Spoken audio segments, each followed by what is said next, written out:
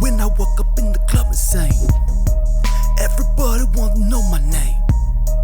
Yeah, here comes the glass road. Yeah, here comes the glass road.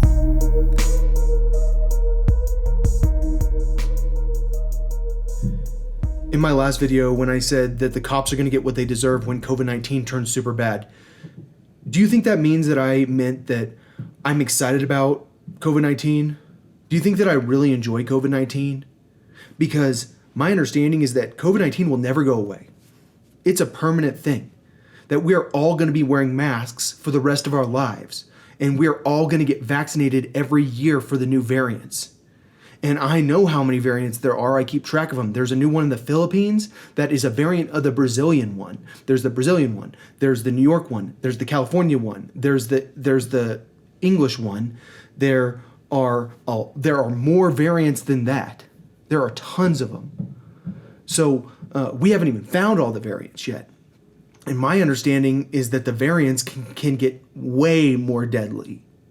My understanding is that the way that COVID-19 mutates is that it gets way more aggressive in the way it spreads, and then it gets deadlier.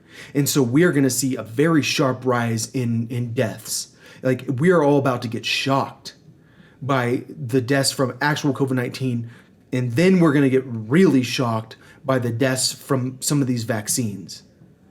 And so I just want to be clear about this. I'm not excited about it. I'm the one that's trying to save lives. The cops are trying to act like I'm crazy. Oh, he's incompetent. Well, number one, I'm competent. You might not agree with me that we released COVID-19 and that I was told in October that that I wasn't told that COVID-19 was being released. I was told that a biological weapon was being released, and then in January they found it. And I wasn't told that people were going to die immediately. I was just told it would happen. And I kind of went, okay. And then I actually it did affect my behavior. I, at one point, was trying to start World War III. I was trying to partner with a bunch of people. And then then eventually what happened is I stopped trying to start World War III because I knew that a biological weapon had been released. And so once I found out the biological weapon was being released, I was like, okay, that's better than going to war. But then, as it turns out, I'd prefer to go to war. I still think that we should create a very strong partnership and do World War III together. And does that mean that it has to be my ally, that our coalition has to be the allies that I want? Some of them, yeah. I'm down to change it up a tiny bit. I feel like I almost want the Japanese on my side now. Not almost. I do want I've always wanted the Japanese on my side. It's just that it's not as easy to have the Japanese on your side as you want. Do I want the English on my side? I want the English on my side more than anything. Doesn't mean it's going to happen. I feel like it's way, way, way more likely that I'm going to have the Japanese on my side than that I'm going to have the English on my side. Why? It's because the English government. The English government is nasty. They're like awful. So, like, if there's any group of people that aren't going to be on our side, it's the English, unfortunately. But I feel I want the Japanese on our side, and I don't know exactly how this is. World War III is not going to happen.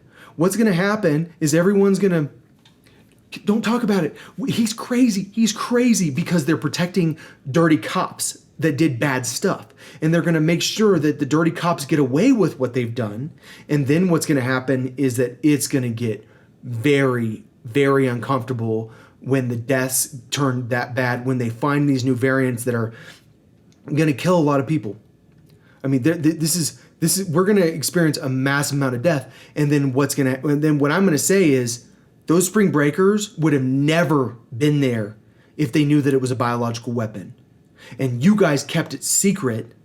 And by keeping it secret, you made people feel comfortable with COVID-19, because some people are getting comfortable with COVID-19. Who's getting comfortable with COVID-19? I am. I was going to go do a photo shoot the other day. And you know what happened? The person that I was going to shoot, she got COVID-19. She got diagnosed the day of the shoot, the day before she took the test. She gets tested every week. She got diagnosed, and then I was like, whoa, I can't believe I was about to go do a photo shoot with her. But the thing is, I don't have a choice. I have to go risk getting COVID-19. And I feel like a lot of people don't understand the long-term effects of COVID-19.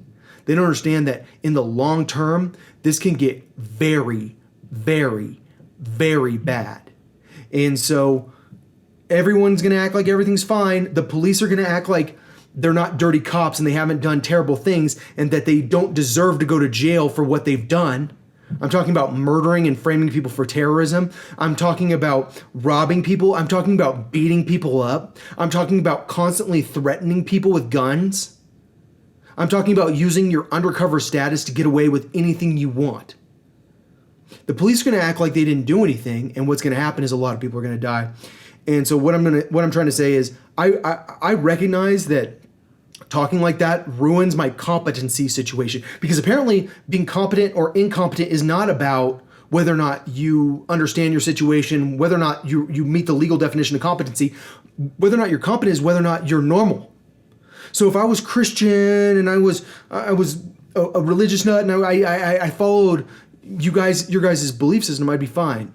But when I'm someone that has a top secret job that does very, very secret stuff, then I'm incompetent, even though I'm not. That's the thing, the police know. And so my opinion is that someday when COVID-19 gets bad enough and certain cops start telling the truth, a lot of cops are going to get killed. Like the general population, when they find out about the cops covering up to protect their own asses, they're going to kill them. And that includes politicians, because all these politicians are going to get caught for covering up all the stuff they've done, or all the stuff the police have done, because the politicians are protecting the FBI. And when on that day, you're not going to want to be a politician on that day. It's going to be bad. But hey, the problem is, who are the politicians? Like I've said before, they are beggars. 20 hours a week or more, they beg for money. The majority of their week, the number one job they have is begging for money on the phone. They're phone people. They're like telemarketers. So when you wonder why the politicians have no morals, it's because of the nature of their job, where people like me, people like probably Chet Edwards from Waco, who's not a politician anymore, we don't want to be politicians because we don't want to beg for money. That's not who we are.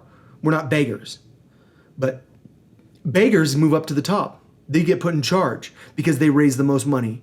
And that's why our politics tends to be ruled by people with no morals.